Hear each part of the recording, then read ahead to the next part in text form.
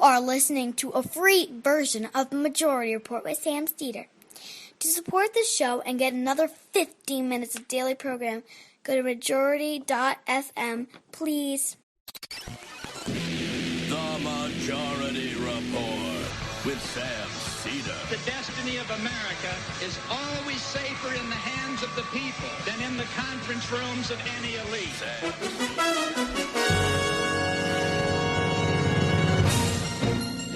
We continue with our live coverage of the impeachment hearings, day one. Lieutenant Colonel Alexander Vindman and Jennifer Williams, State Department detailee to Vice President Pence's office. We're going to let's just play this next questioning from the Republican congressman. And then what we're going to do is we're going to head in is Mike Turner from Ohio. Then I'll start to give a catch-up and a debriefing of what we've seen over this morning, and then we'll continue on. So here's Mike Turner with Lieutenant Colonel Alexander Vindman. Right, Ms. Williams? And Williams. I would say that certainly in terms of this specific relationship between NATO and Ukraine, that would fall to Ambassador Hutchison, and between the EU and Ukraine to Ambassador Sondland. But obviously we have an ambassador in Ukraine as well. Right. Lieutenant Colonel Vindman, you would agree? I agree with Ms. Williams. Great. Now, Lieutenant Colonel, you said in your written statement that Mayor Rudolph Giuliani promoted false information that undermined the United States-Ukraine policy. Have you ever met Giuliani? Just to be, again, accurate, I said false narrative just because that's what I said in the record this morning, but okay. I have not met him. And so you've never had a conversation with him about Ukraine or been in a meeting with him where he has spoken to others about Ukraine? No, just what I saw him, his comments on TV. So news and reports. In news, yes. And similarly, you've never met the President of the United States, right? That is correct. So you've never advised the President of the United States on Ukraine? I advised him indirectly. I made all his preparations for the calls. But you've never spoken to the President of the United States and told him advice on Ukraine? That is correct.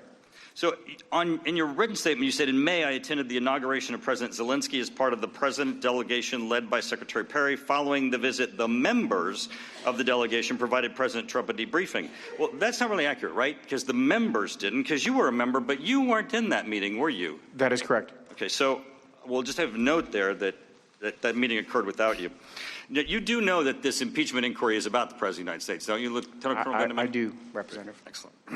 Now, you've said that you're responsible for coordinating U.S.-Ukrainian policy. Correct.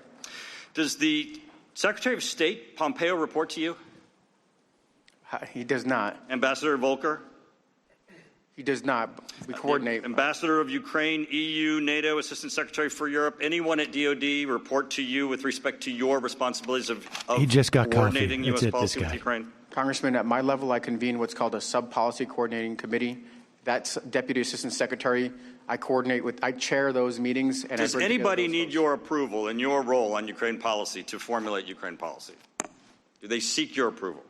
According to the NSPM4, the policy signed by the President, so he policy gets to should do be coordinated by the it. NSC, correct. We help Ms. advise. Williams, do you have any information that any person who has testified as part of this impeachment inquiry, either in secret or in public, has either perjured themselves or lied to this committee? I have not read the other testimonies, and so you do not. Do you have any evidence, though, that they have perjured themselves or lied? No, because I have not read them. Lieutenant Colonel Vindman, do you have any evidence that anyone who has testified before this committee in the impeachment inquiry has perjured themselves or lied to this committee? Not that I'm aware of. Thank you. I yield back. Okay, there was nothing. Carson. All right, let's. Thank you, Chairman Schiff. I yield. Let's bring this down. We can have it maybe in the background. Put it down in the switch the boxes. That would be good. So, folks, here's what we're doing. If you're just joining us, we have been live covering the impeachment hearing since 9 a.m. this morning.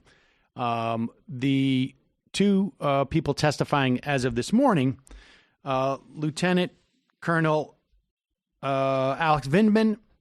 He is, as you, I think, just heard, with the NSC. He is a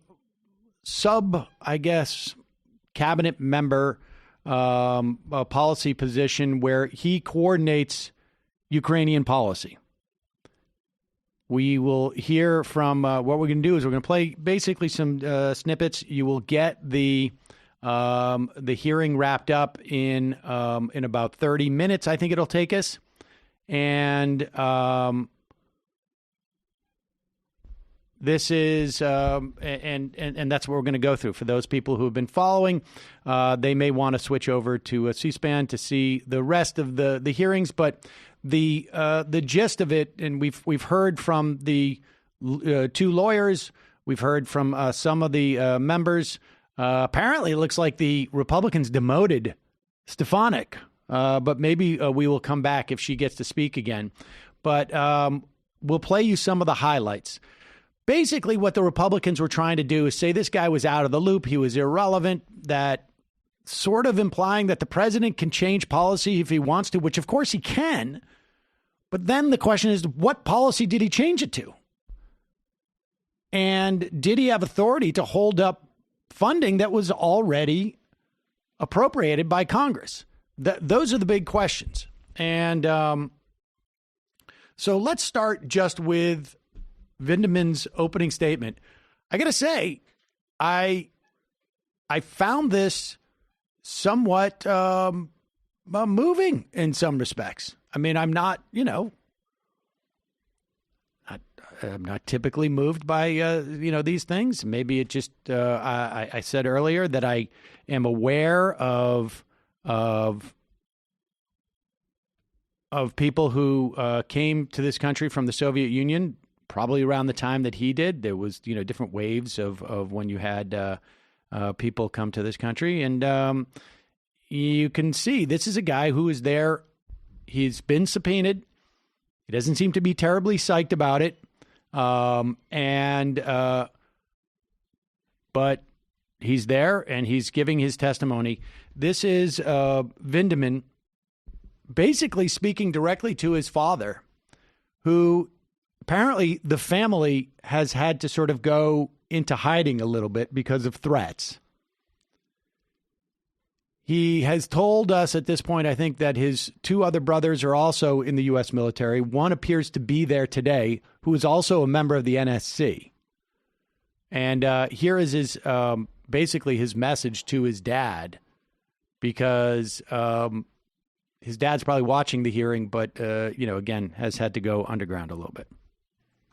Dad, I'm sitting here today in the U.S. Capitol talking to our elected professionals is proof that you made the right decision 40 years ago to leave the Soviet Union and come here to the United States of America in search of a better life for our family. Do not worry. I will be fine for telling the truth. There you go. It was a pretty moving, open statement. And he clearly was nervous and uncomfortable throughout the whole thing. Here is Jennifer Williams.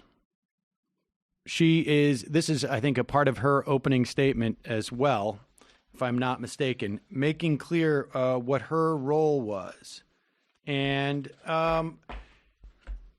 she doesn't go, her feelings about what happened, they didn't really travel very far. Her direct superior was also on the call. And her direct superior, obviously, I think, works for Pence as well. And she didn't feel it necessary, as far as I know, to report to anyone else that she found it inappropriate. At one point, though, it becomes clear that she did. And here it is. On a tranche of security assistance designated for Ukraine. According to the information I received, OMB was reviewing whether the funding was aligned with the administration's priorities. I subsequently attended meetings of the Policy Coordination Committee, where the hold on Ukrainian security assistance was discussed. During those meetings, representatives of the state and defense departments advocated that the hold should be lifted, and OMB representatives reported that the White House Chief of Staff had directed that the hold should remain in place. On September 11th, I learned that the hold on security assistance for Ukraine had been released. I have never learned what prompted that decision. On July 25th, along with several of my colleagues, I listened to a call between President Trump and President Zelensky, the content of which has since been publicly reported. Prior to July 25th, I had participated in roughly a dozen other presidential phone calls. During my closed-door deposition, members of the committee asked about my personal views and whether I had any concerns about the July 25th call. As I testified then, I found the July 25th phone call unusual because, in contrast to other presidential calls I had observed, it involved discussion of what appeared to be a domestic political matter. After the July 25th call, I provided an update in the Vice President's daily briefing book, indicating that President Trump had a call that day with President Zelensky. A hard copy of the memorandum transcribing the call was also included in the book. I do not know whether the Vice President reviewed my update or the transcript. I did not discuss the July 25th call with Vice President or any of my colleagues in the Office of the Vice President or the NSC. On August 29th, I learned that the Vice President would be traveling to Poland to meet with President Zelensky on September 1st. At the September 1st meeting, which I attended, President Zelensky asked the Vice President about news articles reporting a hold on U.S. security assistance for Ukraine.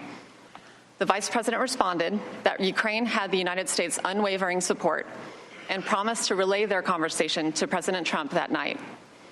During the September 1st meeting, neither the Vice President nor President Zelensky mentioned the specific investigations discussed during the July 25th phone call. Thank you again for the opportunity to provide this statement. Okay. We don't need to hear anything past that. Okay, now there's a couple of things that you should know here that becomes relevant. One, she said that the obviously the funding gets released September 11th. We will go. We will cover in a minute testimony that shows that that was a couple of days after the investigation into why it was being held up was done. But we're going to jump to questioning that Schiff had of Williams. This is clip number 9-2, I guess it is. Or wait, there's 3. Okay. All right. Well, one is a question about Giuliani, and then the other. So Schiff then asks Williams about that Pence-Zelensky meeting. Now, one of the things that we find out in the course of this is that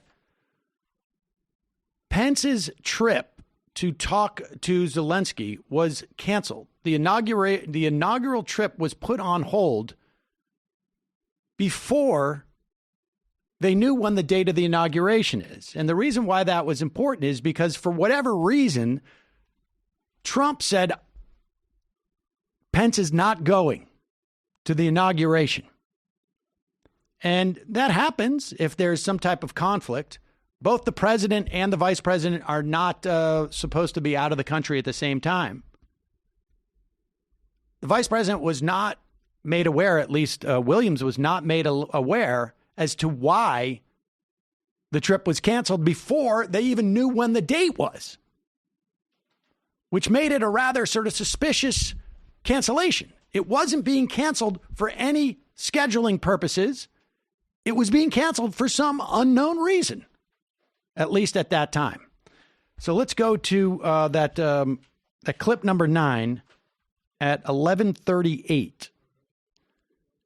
And this is when Schiff is asking Williams about Pence and Zelensky's meeting that she just commented on, that she attended on September 1st, where there was no mention whatsoever about a quid pro quo or bribery or extortion, whatever you want to call it. But subsequent to that meeting, moments later, there was another meeting. And this is what is important to know about that meeting. This is 11:38. Go ahead, play. Were they not? That is correct. So when people suggest, well, maybe Rudy Giuliani was acting on his own and maybe he was a freelancer or whatever, the president referred to exactly the same 2 investigations Rudy Giuliani was out pushing on his behalf. Is that correct? That is correct. Okay, here it is with Williams. Now, Ms. Williams, you were asked about the meeting the vice president had with Zelensky in September, in which the Ukrainians brought up their concern about the hold on the security assistance. Is that right? That's right. And you were asked about whether in that meeting between the Vice President Zelensky, the Bidens or Burisma came up, and I think you said they did not, correct? That's correct. They did not come up. Now, that bilateral meeting was a large meeting that involved 2 or 3 dozen people, wasn't it? It was. So in the context of this meeting with 2 or 3 dozen people, the Vice President didn't bring up those investigations, correct? No, he did not bring up those investigations. He's never brought up those investigations. But were you aware that immediately, and I mean immediately after that meeting broke up, Ambassador Sondland has said that he went over to Mr. Yermak, one of the top advisors to Zelensky, and told Yermak that if they wanted the military aid, they were going to have to do these investigations, or words to that effect? I was not aware at the time of any meetings, side meetings that Ambassador Sondland had following the vice president's meeting with President Zelensky. I've only learned that through Ambassador Sondland's testimony. So at the big public meeting, it didn't come up, and you can't speak to the private meeting that was held immediately thereafter? Correct. The vice president moved on with his schedule immediately after his meeting with President Zelensky. Now, Colonel Vindman, okay, so cut it there for now. So the bottom line is Pence goes there, he gives the overarching thing, and then Sondland goes right after the meeting to go like, let me describe to you what just happened. That was the vice president carrying the word from the president, which I have told you in the past. We need these investigations, or at the very least, we need a public announcement, not from you, Yermak, assistant to the president, not from your your prime minister. We need it from the president, and he needs to do it on TV, maybe CNN, whatever. But we need the announcement. The president needs the deliverables. And of course, they don't do this in the big public meeting because this is part of the irregular channel. And there was really no pushback on that. Again, we have a situation where the Democrats are telling one story and the Republicans, instead of trying to refute that story, are trying to create a whole nother narrative that somehow Vindman and Williams and the rest of them, they've never said that it was bribery, or they're from the deep state, or they just don't know, or that the whistleblower worked for Democrats, et cetera, et cetera. That's what they do, and their people are going to believe them. There's no doubt that their people are going to believe them. Their people are not going to hear anything else, frankly. I mean, I don't know that if we were to take 100% of the Republicans who watch Fox and have them sit down and watch our coverage, that it would dissuade them. But certainly they're not even going to have that type of opportunity. That's the beauty of telling a story that has no relation to the truth, is people can't accidentally stumble upon it. It's even better, actually, yes, than even building on that. All right, so let's get back to the timeline here. Lieutenant Vindman retells the Bolton drug deal story. And then we'll also, gonna jump to that third segment that we just ended with Schiff, because this is so during his testimony, Vindman explains why he went to the NSC's inspector general, essentially, a lawyer there, after the July call.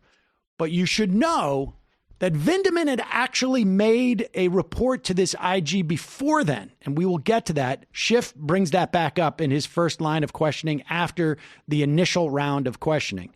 But it's important to note, and this is what makes the case so much stronger for what the Democrats are trying to argue, that there was contemporaneous reports from different places that were all basically raising a red flag as to what was going on. Some of it was a function of the phone call. Some of it preceded the phone call as people started to get wind of what was happening in terms of this sort of irregular team. And just to be clear, it wasn't a red flag about a perfect call. Right, exactly. Okay. The call was too perfect. Here is Vindman. This starts at 9:52.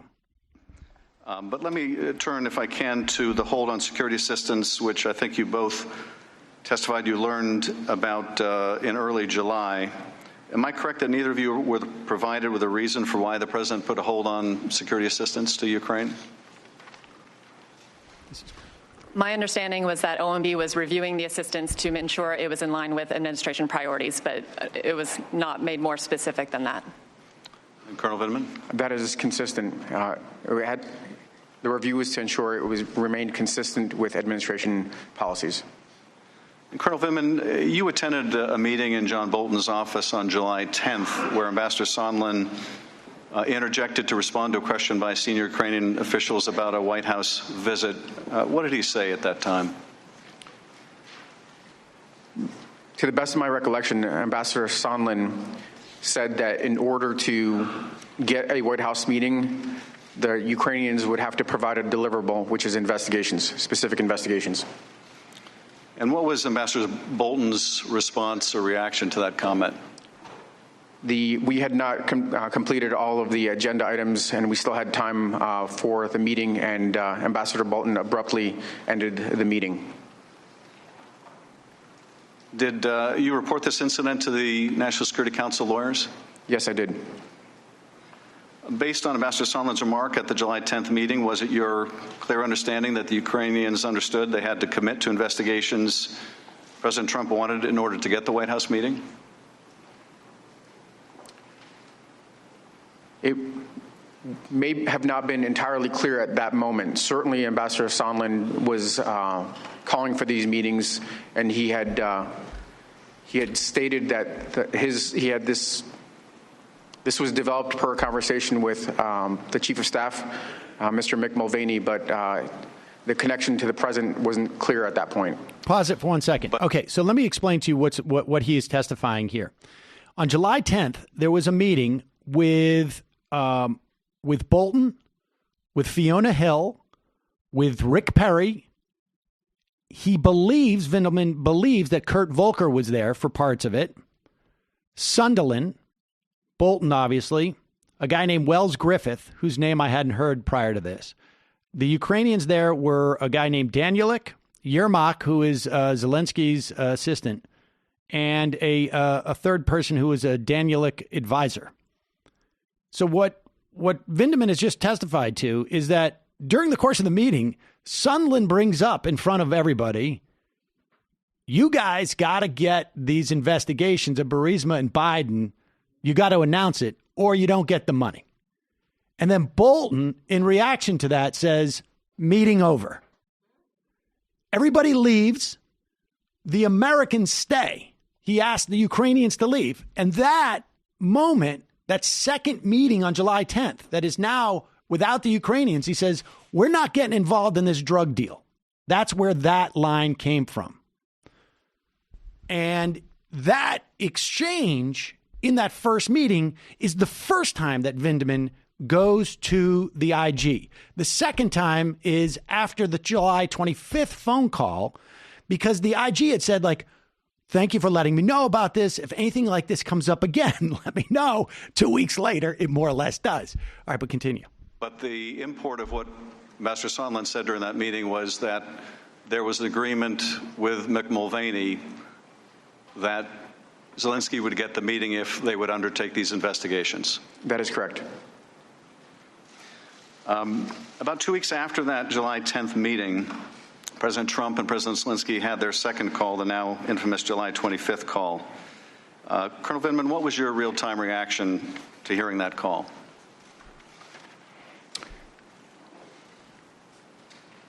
Chairman, without hesitation, I knew that I had to report this to the White House counsel. I had concerns, and it was my duty to report my concerns to the proper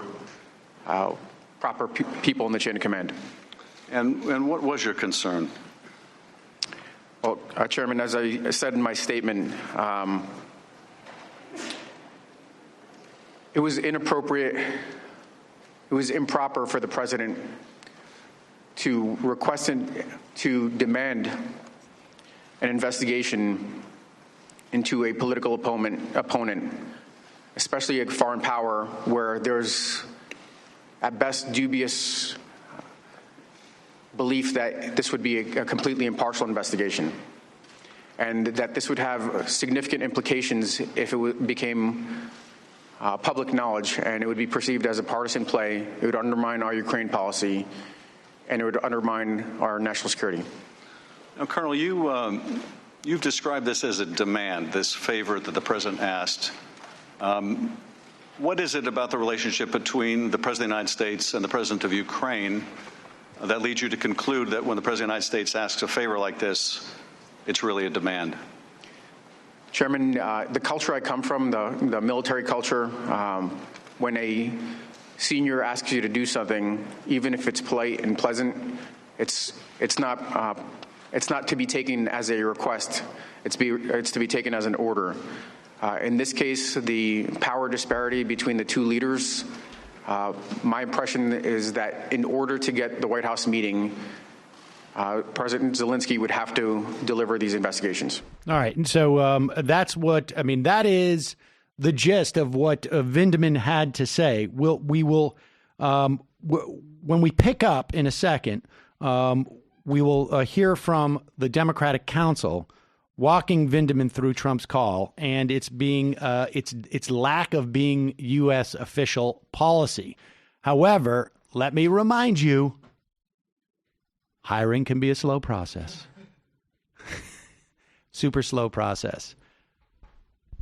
I've told you the story about that Cafe Altura's COO, Dylan Miskowitz, who needed to hire a director of coffee for his organic coffee company. He was having trouble finding qualified applicants. He switched to ZipRecruiter. ZipRecruiter doesn't depend on candidates finding you. It finds them for you. Its technology identifies people with the right experience, invites them to apply to your job. It grabs them, not off the street, but off the web. So you get qualified candidates fast. Dylan posted his job on ZipRecruiter, said he was impressed by how quickly he got great candidates to apply. He also used ZipRecruiter's candidate rating feature to filter his applicants so he could focus on the most relevant ones. That's how Dylan found his new director of coffee in just a few days. With results like that, it's no wonder 4 out of 5 employers who post on ZipRecruiter get a quality candidate within the first day. I am one of those 4 employers. It's how we found Brendan. And frankly, with all due respect to Brendan, we found, I'd say maybe a dozen people who were great. It's just Brendan was just, well, I guess is a compliment. Was just a little bit greater. But the way that I kept track of it was because they have a great system to keep track of this stuff, made it much easier. Every other time I tried to hire someone, it was about anxiety and it was about confusion and disarray. Not when I decided to use ZipRecruiter. One of the better decisions I've made. I have like 5 decisions, I think, in the back of my mind that I've made throughout my life that were smart decisions. Geothermal, ZipRecruiter, those 2, basically. I'm going to come up with 2 of those. But you can see why ZipRecruiter is effective for businesses of all sizes. Try ZipRecruiter for free at our web address, ZipRecruiter.com/majority. That's ZipRecruiter.com/majority. ZipRecruiter.com/majority. ZipRecruiter is the smartest way to hire. Folks, I cannot tell you how many bad gifts I've gotten throughout my life. It's tough to buy gifts for men. It's without a doubt. The fact of the matter is, and here's a little secret, I want a gift that slightly upgrades something that I need to use, right? Utilitarian gift, but a little bit of an upgrade. That's always my strategy. Right? Oh, yeah. Well, here's good news. Listeners of this show can get $5 off any Harry's shave set by heading to harrys.com/majority report. Free shipping ends on December 16th. This is a great stocking stuffer, so act now. It's a practical gift he will actually use. It's got German-engineered, award-winning blades that last. They're all backed by a 100% quality guarantee. The holiday set starts at just $20, and that's within Secret Santa limits. That's a good Secret Santa gift. Or a Yankee swap gift. Yeah, I'm not sure I know what that is. Oh, really? Is it the white elephant thing? Yeah. My friends and I do one every year. My exes used to do that. And Harry's blade refills are as low as $2 each, so your guy will save money over time. It's the gift that keeps giving. And as a special offer for fans of this show, we've partnered with Harry's to give you $5 off any shave set, including their limited edition holiday sets, when you go to harrys.com/Majority Report. Plus, of course, you get the free shipping. Harry's shaving set comes with a weighted handle with the option to engrave. Big upgrade. 5-blade razor cartridges, foaming shave gel for rich lather, travel cover to protect your blades, and is packaged in a handsome holiday gift box. Free shipping ends on December 16th, so act now. Go to harrys.com/Majority Report. That's harrys.com/Majority Report. And ladies and gentlemen, if you're like me, there's a lot of stuff you would like to do to improve yourself, but you just don't have the time. Maybe it's also you want to improve like your knowledge of history. Maybe you want to improve like your business acumen, or just like how to make friends. Blinkist is an app that compiles the key takeaways from thousands of nonfiction books. Everything you need to know condensed down to 15 minutes. You can read it, or even better, you can listen to it within the app. Blinkist is really unique. It works on your phone, your tablet, or your web browser. You find everything from health, self-help titles to history and business books included in Blinkist's library. Look, it has been recommended to me, I'm not going to say by whom or in what context, but that I work on my emotional intelligence. Well, Blinkist has an emotional intelligence book.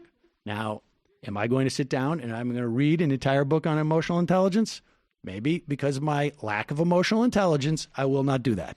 However, will I take... I have a feeling there could be other people in the office who might also want to join in on this. But Emotional Intelligence by Daniel Goldman. I don't know. Does this guy know about emotional intelligence? I have no idea. Am I going to invest, 4 hours to read his book? With all due respect, Mr. Goldman, I'm not. But 15 minutes as I'm walking to work that I can listen to? Sold. Now, maybe that's immature, and maybe after I read it, I'll be more emotionally mature and intelligent about these things. But that's what I'm going to do. And so I'm going to have checked 2 boxes. 1, I'm going to improve my emotional intelligence. 2, I'm not going to have to spend too much time doing it.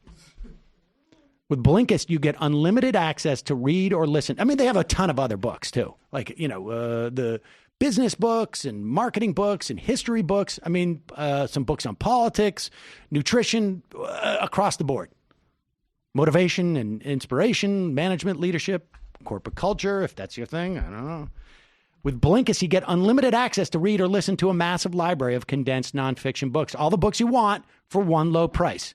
And now for a limited time, Blinkist has a special offer for our listeners. You go to Blinkist.com/majority. You try it for free for 7 days. And then you save 25% off. Blinkist.com/majority. BLINKIST.com/majority to start your free 7-day trial and save 25% off. Join me in increasing your emotional intelligence. And then we can all be on the same page and be emotionally mature and intelligent about stuff around here for once. Okay. Sounds great. Yep. We'll have arrived. Okay, getting back to the hearings. We have now established, or the Democrats have over the course of the this morning's hearings with Vindman, and as far as our wrap-up, we've now established that there were multiple occasions in which Vindman was prompted to go to the equivalent of the Inspector General. The first was a July 10th meeting, which was the infamous meeting that preceded, by moments, the meeting where Bolton says, we're not getting involved in this drug deal. So you had this meeting where Bolton, the 3 amigos are also there, Perry, Volker, and Sondland. You had Vindman there. And you had Fiona Hill there, Wells Griffith, and then you had 3 representatives from the Ukrainian government. And Sondland says, we want the investigations for the money. And Bolton at that point Apparently, he was not aware of this. He says, time out. Will you Ukrainians leave, please? We need to have a conversation here. And then he says, we're not getting involved in this Giuliani drug deal. And he doesn't realize, I think at that time, that the three amigos, they're part of the irregulars. He thinks that they're part of just the regulars. He doesn't realize that they're also on Team Giuliani. And Bolton at that point, may not have known that this is what the president wanted. Because the infamous phone call does not come to the 25th, nearly 2 weeks later. Vindman goes to the IG after that meeting. He goes to the IG after the 25th. And here is Democratic counsel Daniel Goldman walking Vindman through that call and its absence of a lack of official U.S. policy. Vindman, I think at one point he says, like, look, the president can say whatever he wants on the call, but my job is to know what U.S. policy is. And if there is a deviation that appears to be completely unrelated to U.S. national security interests, I got to report it. In other words, they're based on official U.S. policy? Correct. And is there a process to determine official U.S. policy? Yes, that is my job, is to coordinate U.S. policy. So throughout the preceding year that I've been on staff, I had undertaken an effort to make sure we had a cohesive, coherent U.S. policy. And as you listened to the call, did you observe whether President Trump was following the talking points based on the official U.S. policy? Counsel, the president could choose to use the talking points or not. He's the president, but they were not consistent with what I provided, yes.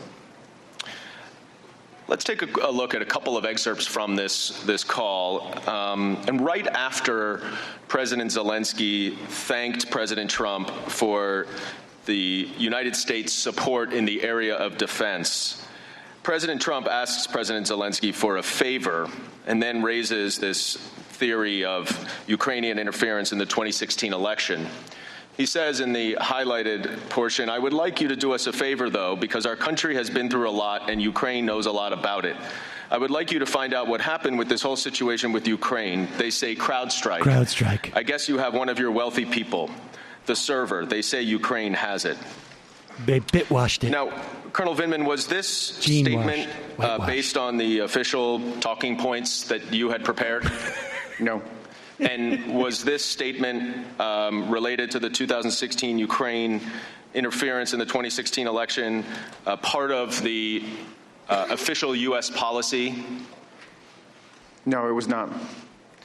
Now, at the time of this July 25th call, Colonel Vindman, were you aware of a theory that Ukraine had intervened or interfered in the 2016 U.S. election? I was. Are you aware of any credible evidence to support this theory? I am not.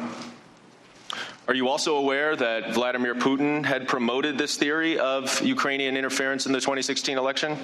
I am well aware of that fact. And ultimately, which country did U.S. intelligence services determine to have interfered in the 2016 election? It is the consensus of the entire intelligence community that the Russians interfered in U.S. elections in 2016. Let's go to another excerpt from this call where President Trump asked President Zelensky to investigate his political opponent, Vice President Joe Biden. Here, President Trump says, the other thing, there's a lot of talk about Biden's son, that Biden stopped the prosecution, and a lot of people want to find out about that. So whatever you can do with the Attorney General would be great. Biden went around bragging that he stopped the prosecution, so if you can look into it. Sounds horrible to me, he said. Again, Colonel Vindman, was this included in your talking points? It was not. Is such a request to investigate a political opponent consistent with official U.S. policy? It was not consistent with the policy as I understood it. Now, are you aware of any credible allegations or evidence to support this notion that Vice President Biden did something wrong or against U.S. policy with regard to Ukraine? I am not. There you go. Now, there is, I mean, that's basically the nub of the question of what was Donald Trump doing. Now, the Republicans can come out and say it was U.S. policy that was developed, but the problem is that it also was like it was newly introduced at one point between April and July. And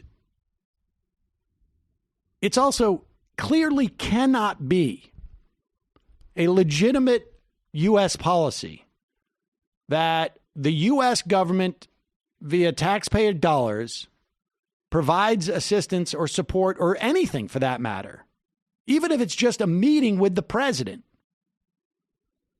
in return for the president getting stuff that will personally enrich him in some way. And the fact of the matter is that an investigation into Hunter Biden, where there's been no allegations as to, I've never even heard of the right-wing narrative that Joe Biden did anything.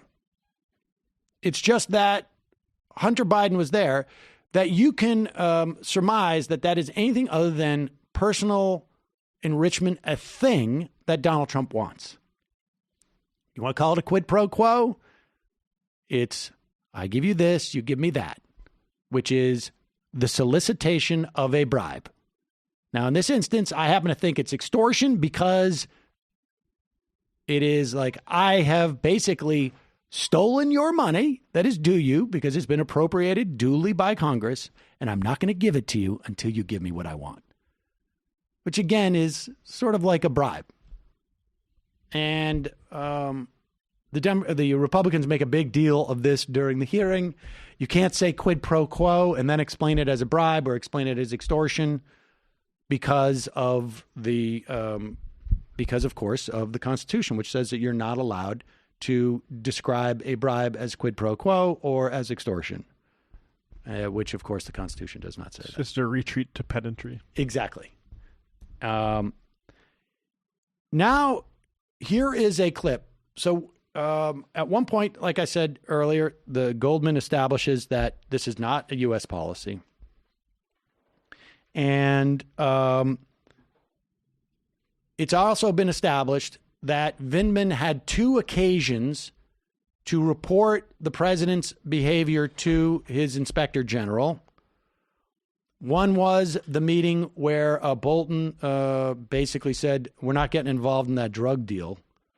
The other one was that moment where as soon as the call ended, Vindman very quickly said, I reported it because I knew it was inappropriate immediately. Here is Goldman laying out the April to May timeline. This is early on. And it's interesting because this is also the period of time where Trump goes from, we're going to send Pence to the inauguration to, wait a second, he's not going to go to the inauguration, even though they didn't know when Zelensky's inauguration was. So it wasn't a scheduling problem. It was just a mood thing. Don't know how I feel. Yeah, I just changed it. I just don't like it. I want to ask you if you were aware of the following things that happened from April 21st to May 13th. Were you aware that Ambassador Yovanovitch was abruptly recalled from Ukraine in that time? Yes. Were you aware that President Trump... I'm sorry, to correct it. So she was recalled prior... Let me see. So the notification occurred towards the end of April, and she was finally recalled in May timeframe, I think May 20th, if I recall correctly. So she learned about it after April 21st, on April 24th, is that right? Correct. And were you aware that President Trump had a telephone call with President Putin during this time period in early May? I was. And were you aware that Rudy Giuliani had planned a trip to go to Ukraine to pressure the Ukrainians to initiate the two investigations that President Trump mentioned on the July 25th call in this time period? I was aware that he was traveling there and that he had been promoting the idea of these investigations. So there it is. Something happens between April and May that causes Trump to want to get rid of the ambassador to Ukraine, who had just received literally months earlier, and we heard this from her testimony the other day, stellar review by the State Department. He also determines during that time that, wait a second, Pence is not going to go to the inauguration whenever it is. Also during that time, he has a call with Putin. I don't know if that is where he got this idea. And it's also when Giuliani heads there. Look, I think it's just as possible that Rudy Giuliani had some business opportunities with his two clients, Parnas and I can't remember the other guy's name, who are incidentally been indicted and I think are still in custody because there was a concern they were going to flee the country. Maybe they were just involved in some business there. And Giuliani came up with this idea that, like, you got to get rid of Yovanovitch because she's a roadblock to all the things that I got going on over there. It's unclear, and largely it's irrelevant. I don't care if Donald Trump got the idea because Putin said, like, you should do this. And I don't think it's because Trump is Putin's puppet. Poodle. Yeah. Well, I'm not sure that he's not his poodle. It's sort of like, I think it's just sort of like, he's strong, he's cool, and he said, and he's on my side, which he is, right? Like, I mean, he's Putin's poodle as much as he's Modi's poodle, or he's this guy's poodle. Yeah. I think there's like some strong guys like Erdogan. He's so strong. Yeah. Wow. Tom Perez was right. And I mean, he could be, there's money deals. I mean, who knows? But, you know, Trump's not going to take Barack Obama's advice. He's going to take other world leaders' advice, maybe. I don't know. But it doesn't matter, really, at the end of the day. It's just clear that something changes. Maybe Donald Trump was, you know, I've been meeting with a bunch of PhDs and some people who are, you know, writing thesis papers on this, and I got really interested in the whole thing. But something changes during that time period, and his own personal policy shifts. And that's when the irregulars really starts. And you just had Goldman basically lay out that timeline there. And do we have that clip of... Want to follow up on that Schiff part? Yeah. Oh, yeah. Okay. So this is... the Schiff part is... Right. Again, yeah, like this is number 9. Okay, so yeah, let's go to this now. This is Schiff in the second round of questioning, basically reiterating when people started to realize when the irregular channel crosses the regular stream, and that's when people start to make reports to the IG and this and that. That's when it becomes clear what's going on. Now, Colonel Vindman, I want to go back to that July 10th meeting or meetings, the one with Ambassador Bolton and then the one in the wardroom that followed quickly on its heels. Were you aware that Ambassador Bolton instructed your superior, Dr. Hill, to go talk to the lawyers after that meeting? I learned shortly after she was finished talking to Ambassador Bolton and after we wrapped up with the wardroom that she did have a meeting with him, and that's what was expressed.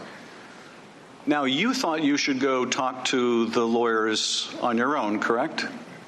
That is my recollection, yes. But Bolton also thought that Dr. Hill should go talk to the lawyers because of his concern over this drug deal that Sondland and Mulvaney were cooking up. Is that right? That is my understanding.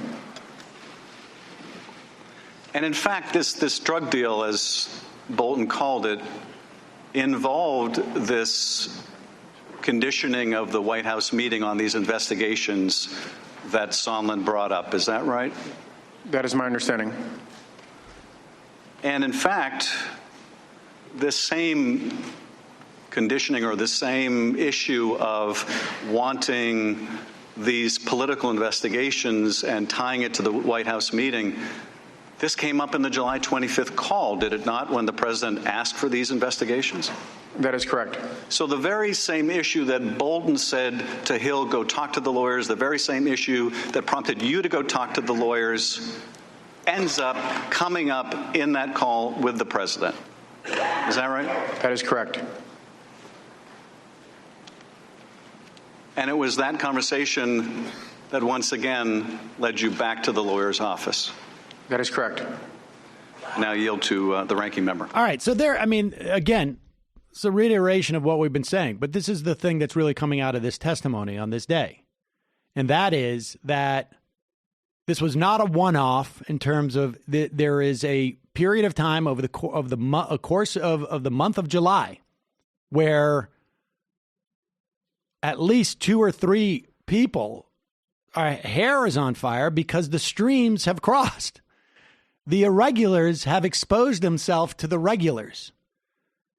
The secret policy agenda is now exposed to the legit policy agenda personnel, and they're sending multiple flares up the chain of command like something weird is going on. Now I want to go back to Goldman, his questioning of, I think this is Vindman, because tomorrow Gordon Sondland is going to speak, and tomorrow is going to be is really the fulcrum, I think. They have got Sondland boxed in on 2 sides. He has said things that he's already had to more or less retract because his recollection was refreshed by other people's testimony. At the time that he testified the first time, he was also not aware that there were other people or didn't think that they were going to testify who overheard, or not really overheard, but sounds like they were participants almost in his conversation with the president, where the president said, like, what's going on with the investigations? And Sondland gets off the phone and turns to the guys around him because he sounds like a real jackass and is trying to impress everybody. President doesn't give a shit about Ukraine. All he cares about is the Bidens. Well, the guy who overheard that conversation, who basically went to Bill Taylor after Bill Taylor's testimony and said, I overheard it. And Bill Taylor said, you should tell the committee. The committee deposes him. He's testifying on Thursday. And tomorrow is when Sondland's testifying. Here is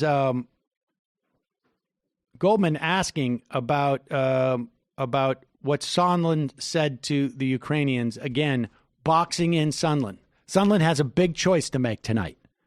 He's sitting down with his family, and he's saying, how much do you want Daddy to be around and not in jail for lying to Congress? I want to move now to that July 10th meeting that you referenced, Colonel Vindman. What exactly did Ambassador Sondland say when the Ukrainian officials raised the idea of a White House meeting? As I recall, he referred to specific investigations that Ukrainians would have to deliver in order to get these meetings. And what happened to the White House meeting? What happened to the broader meeting after he made that reference? Ambassador Bolton very abruptly ended the meeting. And did you have any conversations with Ambassador Bolton about this meeting? No, I did not. Did you follow Ambassador Sondland and the others to the wardroom for a meeting follow-up? There was a photo opportunity that we leveraged in order to demonstrate U.S. support. So the White House visit demonstrating U.S. support for Ukraine and the new national security advisor who's a technocrat. And then after that, we went down to a short post-meeting huddle or debrief. Were the investigations, the specific investigations that Ambassador Sondland referenced in the larger meeting, also discussed in the wardroom meeting? They were. And what did Ambassador Sondland say?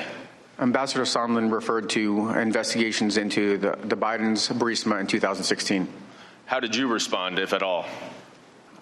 I said that this request to conduct these meetings was inappropriate. These investigations was inappropriate and had nothing to do with national security policy. Was Ambassador Volker in this meeting as well? I don't recall specifically. I believe he was there for at least a portion of the time. I don't recall if he was there for that. Pause it for 1 second. Now, that's really important because Volker's going to testify this afternoon that he didn't know there was any linkage. And because Vindman cannot definitively place him there, it's quite possible that he'll get away with saying he didn't know. Maybe he didn't know. It seems unlikely to me, but maybe he didn't know. Continue. Specifically, I believe he was there for at least a portion of the time. I don't recall if he was there for that the whole meeting. Was this statement made in front of the Ukrainian officials? I believe there was some discussion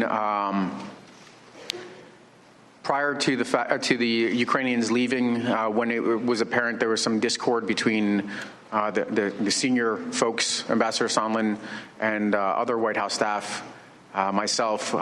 They were asked to step out. So I don't recall if they were there for the entire discussion. The senior White House staff you're referring to, does that include Fiona Hill, your immediate supervisor at the time? Correct.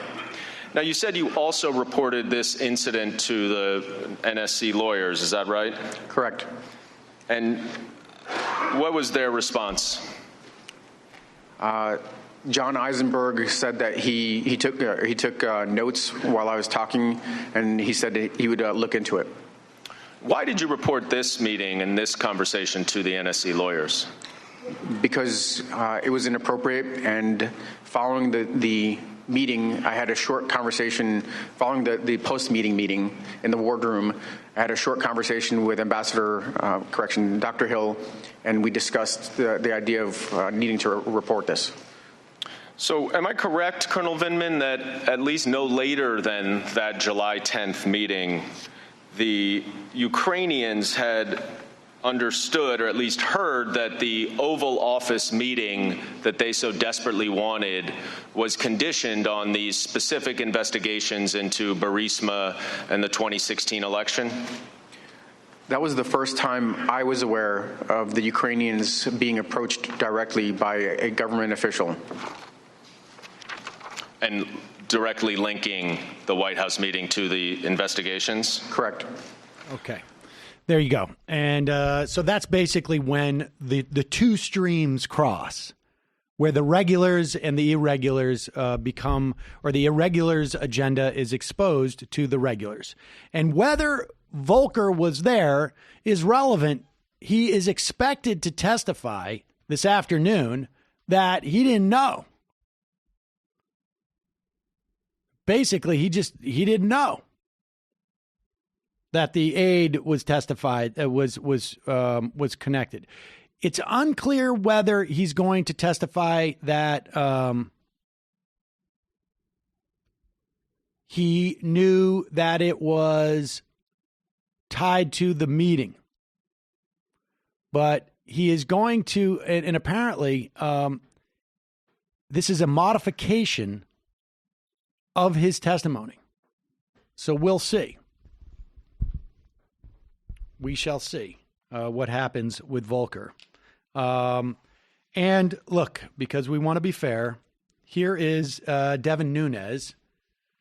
Basically, it's an interesting technique. I mean, and this is the clip that they're going to play on Fox News. We might as well preview it for you here. I could have been the witness that he asked his questions of. Anybody in this room, anybody listening to this. Because the agenda that he had here was not in any way to get to the bottom of any of the accusations he wanted. He wants to put the accusations out there. And of course, he's asking someone who doesn't know anything about them so that they can't be refuted in any way. Here is Devin Nunes I'm trying to work in the cow reference. But here's Devin Nunes asking Jennifer Williams, and I think he turns to Vindman at one point, do you know anything about blank? And blank is a conspiracy theory that we're going to use on Fox to divert attention from what's going on. Lieutenant Colonel Vindman, I'm going to ask you same questions. Oh, wait. Just to establish some basic... Oh, we missed the first part of that. No, well, it should be at, let's see here. Sorry. Give us a second.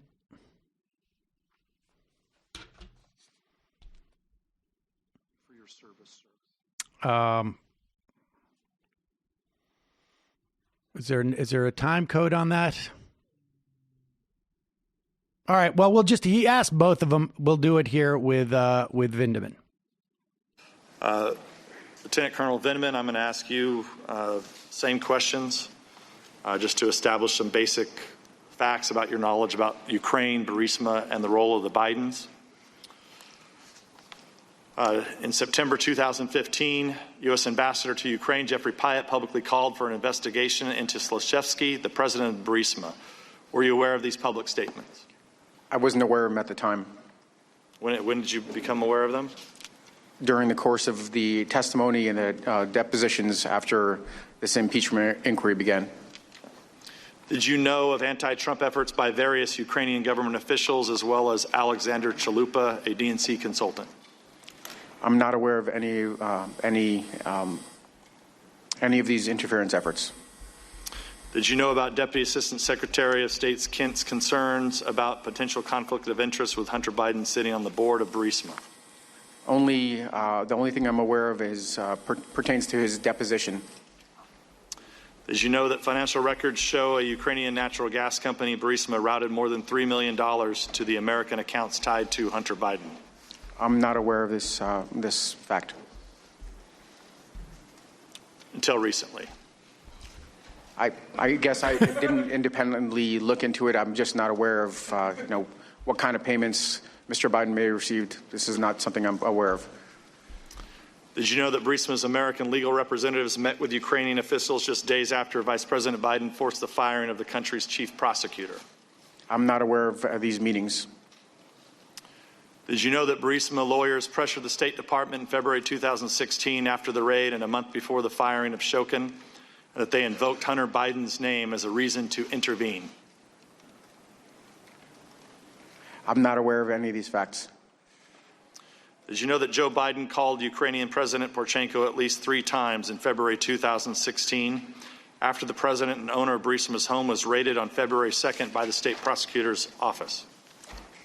I'm aware of the fact that President Biden or Vice President Biden was very engaged on Ukraine and had numerous engagements. That's what there you go. So that was basically Nunes' job.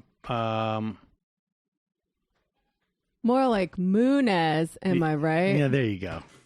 I couldn't figure that out. I wanted to try and make it a verb, but in some way. But there it is. Nunes does his job. He gets into the record, the sort of the Fox narrative. That will be the clip that they play for the most part. The idea being that there's this whole other, I guess, corruption thing that is all about Biden and Hunter Biden. It's kind of like the old, have you heard of Cloward Piven? And the person says no. It's like, well, you're not a journalist. There's a little bit of this. Like, how could you call yourself a Ukrainian expert when you're not aware how much money Hunter Biden made as a board of director of this company? How could you say that you're involved in Ukrainian policy, foreign policy, when you're not aware of this? So that is basically what we're looking at. As far as the today's podcast, that'll be that, and this is what we'll do. We're going to just make a transition into the fun half, but the fun half we're going to pick up a little bit more of what's going on the hearings, and then we'll do a couple other stories, and we will probably start back up for some of the Volcker testimony. We will go through, just to give you a sense of what's going to happen today, we're going to go through the Volcker testimony. And who else is coming up today? I've forgotten again. It's Volcker and Morrison. We'll go through the first two counsels questioning. So it'll be about another hour and a half later this afternoon, starting about 2:30. For now, this will be our free podcast for the day. And it gives me an opportunity to remind you, you can support this show by going to jointhemajority.report.com. Become a member. You get the free show. You get it without commercials. And then you also get the extra content that we put out every day. Obviously, stuff like this coverage, we're going to probably put out as well. I think this is important time in the country. Fourth time that in our history that we've had impeachment hearings. I think, obviously, from a civics standpoint, it's very important. It's important to hold these people accountable. I would prefer the Democrats to do it in a much broader array of things, though I do understand the idea of you get Al Capone on the tax cheating because that's what you can get him on. Donald Trump is unlikely to be removed from office, but this has definitive impact, in my estimation, on potential material benefits for the citizens of the United States. If we elect a Democratic president, it would be my hope that that president would be Bernie Sanders. The chances of Bernie Sanders being able to push his agenda through are, if not directly, certainly indirectly, implicated by these hearings. The difference between having a Democratic Senate, even with 3 or 4 senators who are, start off by, not wanting to pursue, even 5 or 6 Democratic senators don't want to pursue a Bernie Sanders policy, is vastly different than one that is dominated by Republicans. These hearings are going to make it very difficult for a half a dozen senators. I keep saying this over and over again, but it's really important, I think, for people to internalize this. Because, there are a lot of people who sort of poo-poo this. Some, like I saw a clip from Jimmy Dore the other day, who says there was no quid pro quo, and how could there be anything if they released basically everything that Sean Hannity says. And then there's other people who just don't think it's interesting because it's process-oriented in some way. Yeah, it's a legalistic process with no real, obvious grassroots connection, It's a legalistic process, but I'm making it clear, in my estimation, what I think the grassroots connection is. And that is that it's going to change the ability of any president who is a Democrat who wants to try and do something that is somewhat progressive. It's going to change directly their ability to do so. That's just simply a fact. Presuming the revolution does not happen between now and a year from now, and we still have the same system of government, any person who is the president of the United States who wants to get any type of policy through that is even remotely close to what we would all want in this office is going to need a democratically controlled Senate. That's not a guarantee. It's not necessarily sufficient, but it's necessary. I mean, it just obviously Manchin is a much more desirable obstacle than McConnell is. Of course. Well, McConnell is an insurmountable. In some scenarios, yes. In some scenarios, I don't think there's going to be a huge difference. But I guess then the benefit would then become Bernie can point at these Democrats and the left can point at these Democrats and say Democrats are trash too, and they won't have the Republicans to hide behind anymore. That's one benefit. The other benefit is you just stated it when you said in some instances it's true, in some instances it's not. The net is it is the case that it's going to be much better. There's just no scenario where it's better to have Mitch McConnell being the Senate majority leader than, even as much as I dislike Chuck Schumer, than Chuck Schumer. There's no scenario where it's better. And if you have Bernie Sanders as the president. And so I think like I keep hammering it over and over again. In some ways, I think because of like the response that you had in the cynicism and the idea that this is completely unrelated to actually getting material benefits for the United States for citizens. It's not. It is, in fact, a hugely important part of this from a political standpoint. I think, if you want to argue like I don't care about civics or holding them to account or the process involved in here or that, it's legalistic, fine. But if your thing is getting material benefits for the people of the United States, the fact of the matter is this has huge implications for it. Oh, yeah, I definitely care about the outcome. I'm not totally convinced that it's going to have the outcome that you say, but I'm kind of optimistic. Again, it may not be sufficient, but it certainly is necessary. And so that's the best that we can hope for in these instances. So again, if you want to support the program, join the majorityreport.com. Sign up for the AM Quickie. And listen, a good way to watch this, because we're going to do this again tomorrow. Get the app, majorityapp.com. You can watch live, because you can click on watch live when we're live, and it will take you to our YouTube. And you can watch it on your phone. You can listen on our phone if you can't get the reception you need. You can obviously download the podcast. You can listen to the AM Quickie. Subscribe to the AM Quickie. Helps the show. And a reminder, this episode is brought to you by Blinkist. The Blinkist app takes the key takeaways from thousands of best-selling nonfiction books and condenses them down into just 15 minutes for you to read or listen to. 10 million people are using Blinkist right now. It has a massive and growing library from self-help and business to health and history books. Right now, you can get 25% off your first year at Blinkist.com/majority. That's Blinkist.com/majority. Join me in trying to learn, improve my emotional intelligence, among other books. Jamie, what's happening on the Antifada? Oh, this week on the Antifada, I had on Tom, Tanya, and Terrence from the Trillbilly Workers Party, a really good podcast out of Kentucky. We talked about Kentucky's recent election, why they don't think impeachment played a major role, how they became radicals and electoral skeptics, mostly from working in the nonprofit biz and also the public sector, and the pitfalls of a just transition program, and much, much more. Also, on Friday, I released a new episode of Vampire Castle, which is a side project I do with Leslie Lee from Struggle Session, where we talk about actual vampires, folks, not social justice warriors. In this one, we talk about Tony Scott's The Hunger and Joel Schumacher's The Lost Boys, two very different, very 80s vampire movies. The Hunger is kind of famous for two things, actually. Bauhaus sort of invented goth rock with the song Bela Lugosi's Dead, which features prominently on the soundtrack. There's also a lesbian sex scene between Catherine Deneuve and Susan Sarandon. So check it out, folks.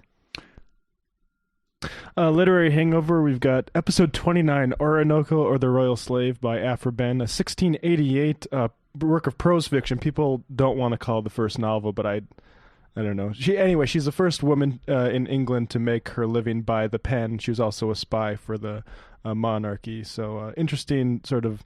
It's sort of the Jack Ryan of the 1680s. Her work. So check that out. Was she going down to Venezuela? And not quite, but there's like some Suriname stuff, and it's all very geopolitically oriented. So today is Tuesday.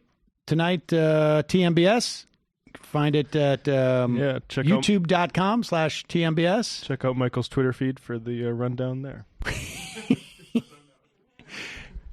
All right. Quick break. Head into the fun half. We'll take some phone calls. We'll do a couple of clips, and we'll play a little bit more of these impeachment hearings.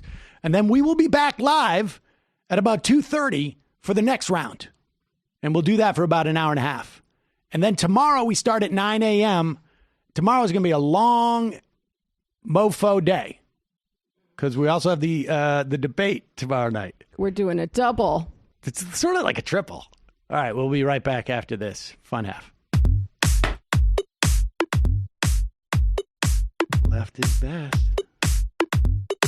Jamie and I may have a disagreement. Yeah, you can't just say whatever you want about people just because you're rich. I have an absolute right to mock them on YouTube. He's up there buggy whipping like he's the boss. I am not your employer. You know, I'm tired of the negativity. I'm sorry. I didn't mean to upset you. You're nervous.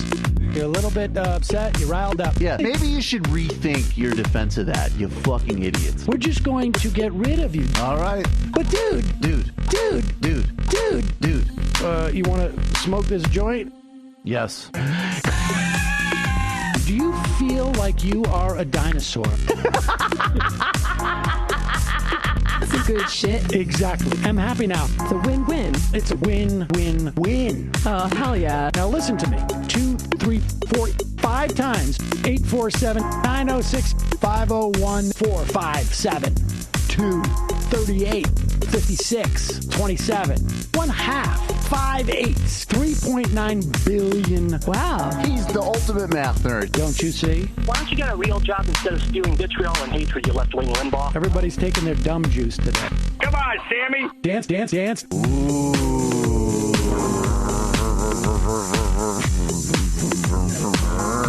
Rand Paul. I had my first post-coital scene with a woman. I'm hoping to add more moves to my repertoire. All I have is the dip and the swirl. Fine, we can double dip. Yes, this is a perfect moment. No. Wait, what? You make under $1 million a year. You're scum. You're nothing. Excuse me? Fuck you, you fucking liberal elite. I think you belong in jail. Thank you for saying that, Sam. You're a horrible, despicable person. All right, gonna take a quick break. I want to take a moment to talk to some of the libertarians out there. Take whatever vehicle you want to drive to the library. What you're talking about is jibber jabber. Classic. I'm feeling more chill already. Good. Donald Trump can kiss all of our asses. Hey, Sam. Hey, Andy. You guys ready to do some evil? Hitler was such an idiot. That guy might be a Nazi. Agreed. No. Death to America.